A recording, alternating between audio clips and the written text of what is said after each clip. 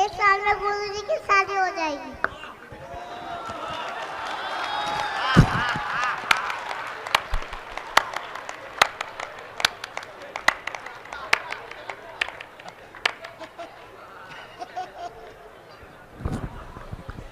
तुमको शिक्षा किसने दी?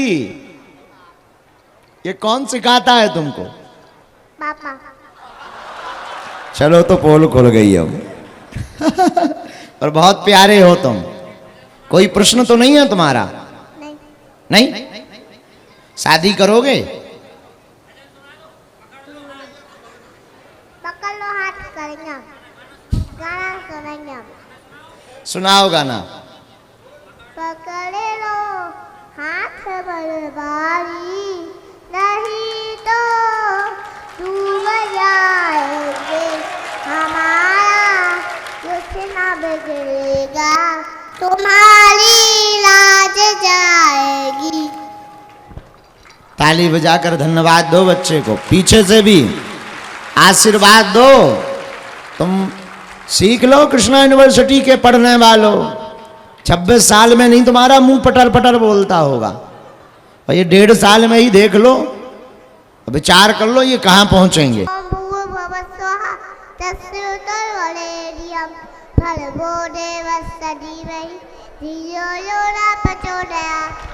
हाँ हाँ, जोरदार ताली बजाओ। सुन लो बूढ़ो, तुम 20-20 साल के हो गए, तुम्हारे मुंह से ना निकले।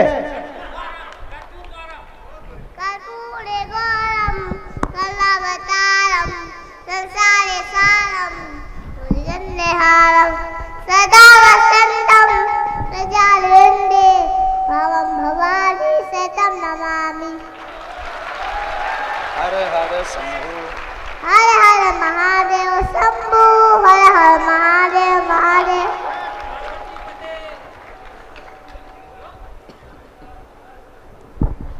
तुम हमारे चेला बन जाओ। ठीक है।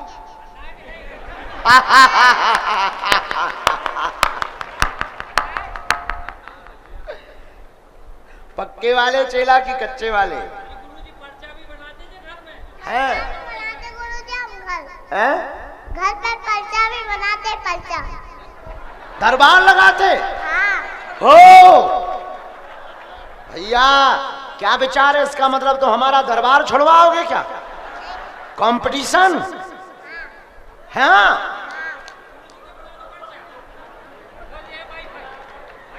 कि रामचंद्र जी के चरित्र को रावण के चरित्र से बहुत अच्छा कहा गया है, लेकिन दूसरी तरफ रावण का चरित्र भी अच्छा था, लेकिन उनके चरित्र को बहुत बुरा कहा जाता है। ऐसा क्यों कहा जाता है? बहुत सुंदर प्रश्न है बहन का, ताली बजाकर धन्यवाद दो।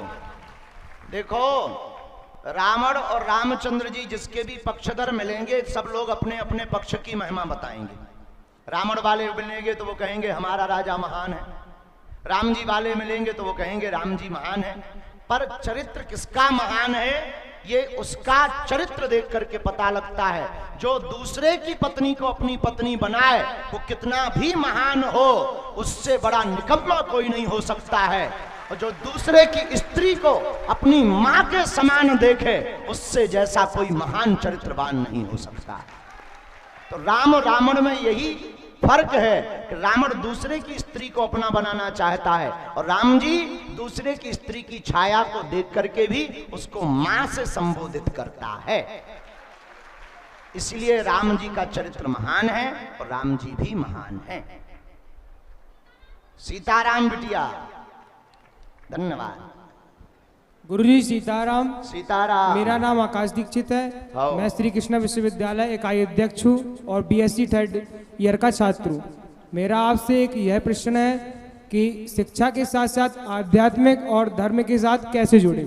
बहुत सुंदर प्रश्न है, उन्होंने भी कोट किया था, ताली बजाकर धन्यवाद दें। शिक्षा के साथ साथ अपने प्रतिदिन के शिक्षण के समय में विद्यार्थियों को रामचरितमानस की सूक्तियों को मोटिवेशनल भाव से पढ़ना चाहिए। रामचरितमानस के आधार पर अपने जीवन को प्रारंभ करना चाहिए और भारतीय संस्कृति, सनातन संस्कृति से जुड़े रहने के लिए अपने आचार्यों की जीवनी, स्वामी विवेकानंद अथवा स्वामी रामकृष्ण परमहंस, इन आचार्यों की जीवनी को आप पढ़ेंगे, ध्रुव प्रहलाद हनुमान जी के चरित्र को अगर आप पढ़ेंगे तो शिक्षा के साथ साथ आपको ज्ञान की बातें भी मिलेंगी और शिक्षा के साथ साथ आप संस्कृति से भी जुड़ जाएंगे। इसलिए प्रत्येक विद्यार्थी को, जैसे आपके हर घंटे के वो होते हैं ना क्लासेस, उन क्लासेस में 5 मिनट का भी समय मिले तो हनुमान चालीसा पढ़ लेना चाहिए, और 10 मिनट का समय मिले तो 4-5 चौपाइयां रामचरितमानस की पढ़ लेनी चाहिए। संडे का दिन मिले तो तय कर लो कि 1 घंटा रामायण पढ़ेंगे, और अगर आप संडे के दिन में आप 1 घंटा रामचरितमानस पढ़ोगे तो आप पढ़ते पढ़ते संस्कृति से भी जुड़े रहोगे, अध्यात्म से भी जुड़े रहोगे, और हजारों धर्म विरोधियों के बीच में खड़े होकर के ठठली बार पाओगे। धन्यवाद। गुरुजी प्रणाम। गुरुजी, मैं श्री कृष्णा विश्वविद्यालय की बीएससी नर्सिंग में अध्ययनरत छात्रा दीक्षा यादव। गुरुजी, मेरा आपसे यह प्रश्न है कि गुरुजी, कुछ महापुरुष बोलते हैं कि हम मंदिर में भगवान से आंखें बंद करके प्रार्थना करनी चाहिए, और कुछ महापुरुष बोलते हैं आंखें खोल कर प्रार्थना करनी चाहिए। आखिरकार सत्य क्या है गुरुजी? कैसे प्रार्थना करनी चाहिए कि स्वीकार हो? जिसकी भीतर की आंखें खुल गई हो उसे बंद करके प्रार्थना करनी चाहिए। जिसकी भीतर की आंखें खुल गई हो, मतलब जिसके ज्ञान के चक्षु, रामचरितमानस में भीतर की आंखों का वर्णन आया, ज्ञान विराग नयन उर्गारी। ज्ञान और वैराग्य नाम के 2 नेत्र अंधर हैं, जिसे कहते हैं अंधर की ज्योति जलाना। तो जो आंख बंद करके उस मूर्ति को देख सके उसे आंख बंद करके प्रार्थना करनी चाहिए। हमारे जैसे लोगों को तो देखते हुए भी नहीं दिखाई पड़ते हैं, इसलिए आंखें खोल करके उनको प्रार्थना करनी चाहिए। सीताराम, धन्यवाद। परम पूज्य गुरुदेव के चरणों में मेरा कोटि कोटि नमन। जय हो भाई साहब। मैं आशीष मिश्रा श्री कृष्णा विश्वविद्यालय के कृषि संकाय का छात्र हूँ। वाह। परम पूज्य गुरुदेव, आपका बहुत बहुत स्वागत है जो आप हमारे श्री कृष्णा विश्वविद्यालय में पधारे, और आदरणीय डॉक्टर ब्रजेंद्र सिंह गौतम और चेयरमैन पुष्पेंद्र सिंह जी का भी बहुत बहुत धन्यवाद करना चाहते हैं, जिन्होंने इतना अच्छा कार्यक्रम का आयोजन किया, और साथ में सभी युवाओं से आपका संवाद करने का ये जो मौका और अवसर हम सब श्री कृष्णा विश्वविद्यालय के छात्रों को प्राप्त हुआ है, निश्चित ही तौर पर ये कहीं ना कहीं आगे चलकर प्रगति लाएगा। वाह। कहाँ के हो श्रीमान? सर, परम पूज्य गुरुदेव, हम बमीठा के हैं, वहीं आपके पास ही के हैं। नागतरे को है। हाँ, पास ही के कहा है, हम सीलोन के। परम पूज्य, आध्यात्मिक जगत में प्रगति कैसे करें और साथ में भौतिक जगत में कैसे संतुलन बनाए रखें, क्योंकि आध्यात्मिक जगत की जो प्रगति है वो सबको दिखाई नहीं देती, जबकि भौतिक जगत की जो संपत्ति है और प्रगति है वो सबको दिखाई देती है। तो किस प्रकार से संतुलन बनाए और किस प्रकार से आध्यात्मिक जगत में बढ़े, इसके पर थोड़ा मार्गदर्शन कीजिए। भौतिक जगत में प्रगति पाने के लिए साधन की आवश्यकता है, आध्यात्मिक जगत में प्रगति पाने के लिए साधना की आवश्यकता है। साधन ज्यादा जुटेंगे, 4-5 फॉर्च्यूनर हो जाएगी, दुनिया वाले बड़ा आदमी कहने लगेंगे, सो भौतिक जगत में बड़े आदमी हो गए। और साधना बल पर कुछ भी ना रहे फिर भी सहनशाह की जिंदगी जीने लगो, सो आप आध्यात्मिक जगत में उन्नति प्राप्त कर गए। तो इसीलिए भौतिक जगत की उन्नति से श्रेष्ठ आध्यात्मिक जगत की उन्नति है, क्योंकि भौतिक जगत में जो पा लिया उसके बाद भी पाने की आवश्यकता रहती है। क्या मकान बन गया तो गाड़ी हो जाए, गाड़ी हो गई तो वेयर हाउस हो जाए, वेयर हाउस हो गया तो अब फॉर्च्यूनर हो जाए। जिन पे फॉर्च्यूनर है वो रेंज रोवर के ख्वाब देख रहे, जो रेंज रोवर लिए बैठे वो BMW के ख्वाब देख रहे, फिर फरारी के ख्वाब, फिर हेलीकॉप्टर, फिर चार्टर्ड, और बाद में जय जय सीताराम।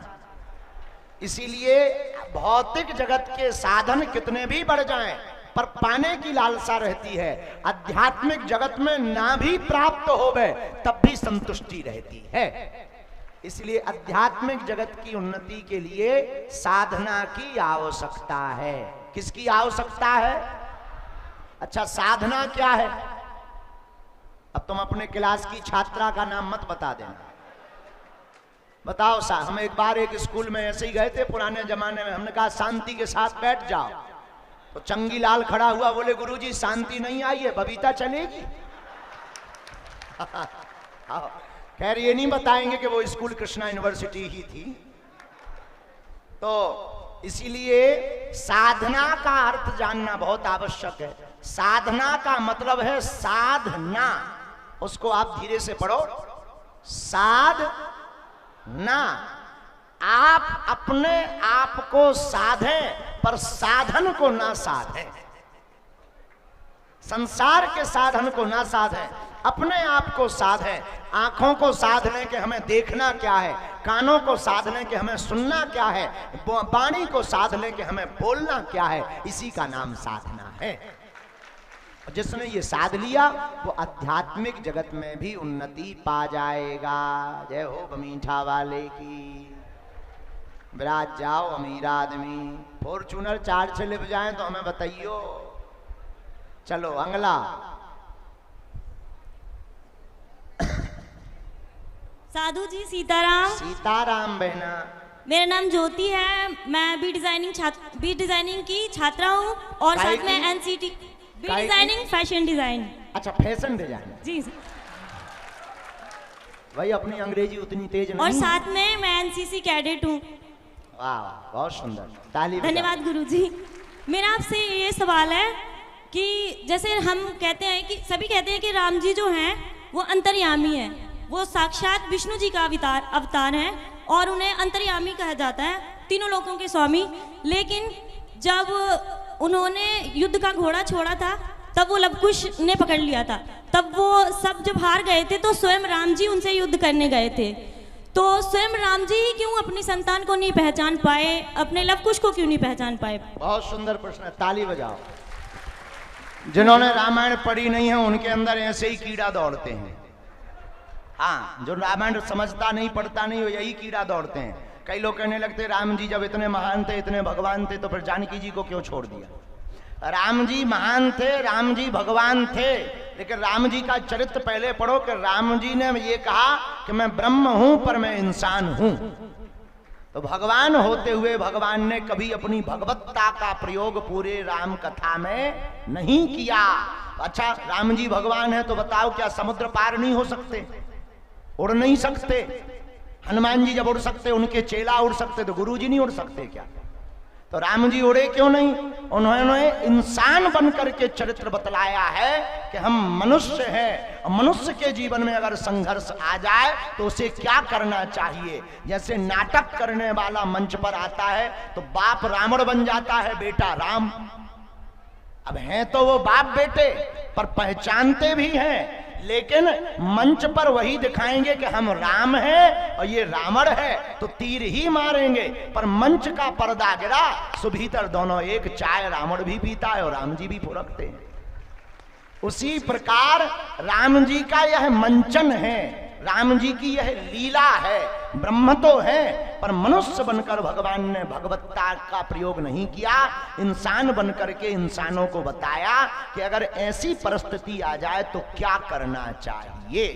इसीलिए भगवान ने अपने घोड़ा को ढूंढवाने के लिए लोगों का प्रयोग किया। बोलो सीताराम। आपको समझ आ गई? हाँ धन्यवाद बहना, सीताराम। चलो अगला। गुरुदेव आपके चरणों में मेरा कोटि कोटि प्रणाम।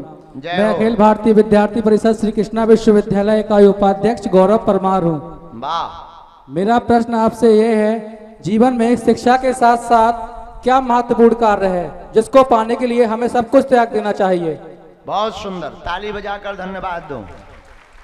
जीवन में शिक्षा के साथ साथ शिक्षा ही महत्वपूर्ण है और कोई द्वितीय महत्वपूर्ण नहीं है। विद्यार्थी के लिए विद्या अर्जन करना ही महत्वपूर्ण है और विद्या अर्जन करके विद्या का सदुपयोग करना महत्वपूर्ण है। बहुत से विद्यार्थी पढ़ तो जाते हैं पर दूसरों को नहीं पढ़ा पाते, कुछ कर नहीं पाते हैं, इसलिए कई लोग घर पर ही बैठे रहते हैं। इसलिए विद्या पाकर के विद्या ददाति विनयम, विद्या पाकर के विनम्रता आनी चाहिए, विद्या प्राप्त करने के बाद सफलता होनी चाहिए, विद्या प्राप्त करते विद्या विवाद के लिए नहीं, विद्या से संवाद होना चाहिए।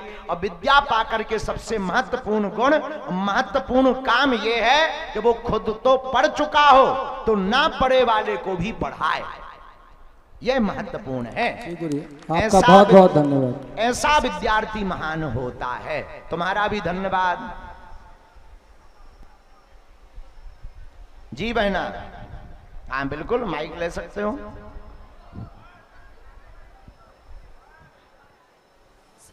सीताराम पंडित जी। जय हो बहन श्री सीताराम। सर लोगों ने हमें माइक देने से मना किया, इसलिए हम मांगे आ गए। नहीं तुम ठीक आ गई, अपना अधिकार ऐसे ही मांगना चाहिए। अपना अधिकार ना मिले तो छीन लेना चाहिए। हाँ। तो अगर नहीं देते तो आप आगे ठीक आई, तो मैं छीन लेना था माइक। शिक्षा का मतलब ही यही है कि अपना अधिकार प्राप्त कर लो।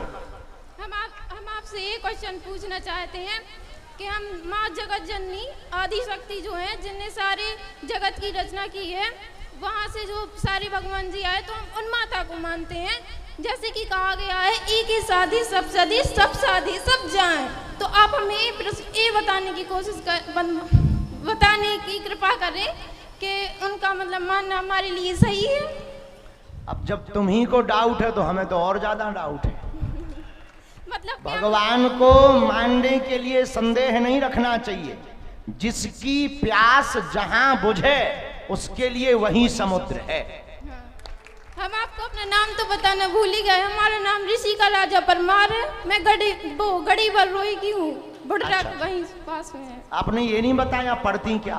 पढ़ते BSc ऑनर्स एग्रीकल्चर, कृषि की छात्रा हूँ। अच्छा कृषि, बहुत अच्छा बहन। इसलिए हमें लगता है इसलिए हमें कोई माइक नहीं दे रहा था। क्यों? क्योंकि हम कृषि से है ना, शायद इसलिए। क्योंकि सबको बड़े लेकिन जो माइक नहीं दे रहे थे वो ये नहीं जानते हैं कि वो अगर जी भी रहे हैं तो कृषि वालों के ही कारण जी रहे हैं। धन्यवाद धन्यवाद साधु जी, धन्यवाद। वेलकम। आपसे हमारी बात करने की जो इच्छा थी वो आज संपूर्ण मतलब पूर्ण हो गई। ठीक किया। और तुमने ये बताया कि बेटियां भी बेटों से कम नहीं है, ये अधिकार लेना भी जानती हैं और छीनना भी जानती हैं। हाँ तो एक बार जोरदार ताली बजाओ। जय हो सिस्टर। पर इसका मतलब ये नहीं है कि कहीं युद्ध में तुम आगे पहुंच जाओ, आफत हो जाए। हाँ जी, मेरा नाम ऋषि तिवारी है। जय हो तिवारी जी। कहाँ से हो? मैं पन्ना जिले का हूँ। वाह वाह वाह, कहो। जबलपुर से आए। BLLB का छात्र हूँ। BLLB 4 सेम का छात्र हूँ। हिंदी बोल दो। BLLB 4 सेम विधि का। वकील के विधिक, वकील वाले। यस। ऐसा सीधा बोलो, लॉयर बोल दो। लॉयर। हाँ चलो बोलो श्रीमान। मेरा प्रश्न ये है, हाँ, दर्शन और प्रदर्शन में क्या अंतर है? वाह, ताली बजाओ। जो खुद के लिए है वो दर्शन है, जो दूसरों के लिए है वो प्रदर्शन है। बस इतना ही अंतर है। जो अपने लिए है वो दर्शन है, आत्म स्वरूप का प्राप्त करना दर्शन है, लेकिन प्राप्त करके उसको मंच पर प्रदर्शित करना प्रदर्शन है। तो इतना ही अंतर है जितना सूर्य और सूर्य की रोशनी में अंतर है, इतना ही अंतर है जितना मिठाई और मिठाई की मिठास में अंतर है, इतना ही अंतर है जितना नदी और नदी की धारा में अंतर है, उतना ही अंतर दर्शन और प्रदर्शन में है कि दर्शन खुद के लिए होता है, प्रदर्शन दूसरों के लिए होता है। जी गुरुजी। धन्यवाद। समझ गए? समझ गए। अब तुम दर्शन चाहते हो कि प्रदर्शन? दर्शन है? किसके? दर्शन किसके? भगवान के। मिलेंगे भाई, ऐसे लोग भी हैं। कहाँ गए पुष्पेंद्र गौतम जी? भाई यहाँ एक हमारा आश्रम बनवाओ। ऐसे भी विद्यार्थी हैं, ये तो अपने लेवल के हैं, ये तुम्हारे काम के नहीं है, ये अपने तो विदाउट फीस के लगेंगे। आओ, लेकिन बहुत अच्छा। अच्छा गौतम जी भी इतने चतुर हैं, क्या कहना। उनने करोड़ों का काम बाबा को बुलाकर करवा लिया है। मेरा नाम विजया राजे तिवारी है। मैं विधि विभाग की 2य वर्ष की छात्रा हूँ। आपका श्री कृष्णा विश्वविद्यालय में हार्दिक स्वागत, वंदन, अभिनंदन कर रहे। धन्यवाद। आपने पहचान लिया?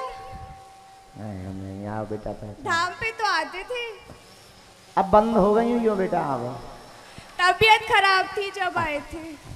मेरा प्रश्न ये है कि जीवन में समस्याएं आती तो उनका समाधान कैसे पाए। कहते भगवान जी परीक्षा लेते तो घबराना नहीं चाहिए क्योंकि परीक्षा ले रहे वो, लेकिन परीक्षा का भी तो एक निर्धारित समय होता है ना, 2 या 3 घंटे।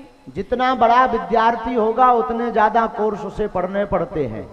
उसी प्रकार जितना बड़ा लक्ष्य होगा उतनी ही भगवान परीक्षा लेता है। पर जिसको भी समस्या मिलती है उसको समस्या के साथ साथ भगवान समाधान भी छोड़ देता है। बस उसी के खोजने का नाम जीवन है। धन्यवाद। तो समस्याओं से घबराना नहीं चाहिए, समाधान को खोजना चाहिए। सीताराम। सीताराम। सीताराम गुरुजी। सीताराम। यहाँ गुरुजी आपके चरणों में कोटि कोटि प्रणाम। जय हो। गुरुजी कल रात में हम लोगों ने आपके लिए एक गीत लिखा था, तो हम लोग बहुत टाइम से वेट कर रहे थे और हम लोग की बहुत हार्दिक इच्छा थी कि हम लोग वो गीत आपके सामने सुना दीजिए। व्यक्त करें। हाँ जी।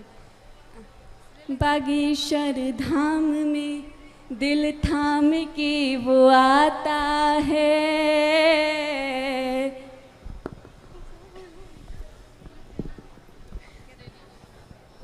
मैंने सुना है कि जिसको तू चाहे उसको तू बुलाता है। तेरे दरबार में सर झुकाकर मैं भी आई हूँ। मैंने सुना है कि किस्मत भी तू बनाता है। रामा रामा रामा रामा रामा रामा रामा भर दो झोली, भर दो झोली मेरी, हाँ बालाजी लौट कर घर न जाऊंगी खाली। भर दो झोली मेरी, हाँ बालाजी लौट कर घर न जाऊंगी खाली।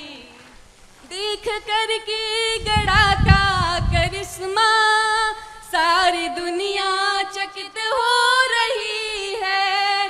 देख कर के गड़ा का करिश्मा सारी दुनिया चकित हो रही है। लाखों बिगड़ी बनाई है तुमने, अब मेरी भी सुनो ना बालाजी, अब मेरी भी सुनो ना बालाजी, अब मेरी भी सुनो ना बालाजी। भर दो झोली बालाजी, भर दो झोली हम सबकी, भर दो झोली मेरी, हाँ बालाजी लौट कर घर न जाऊंगी खाली। भर दो झोली मेरी, हाँ बालाजी लौट कर घर न जाऊंगी खाली। श्री सीताराम। श्री सीताराम।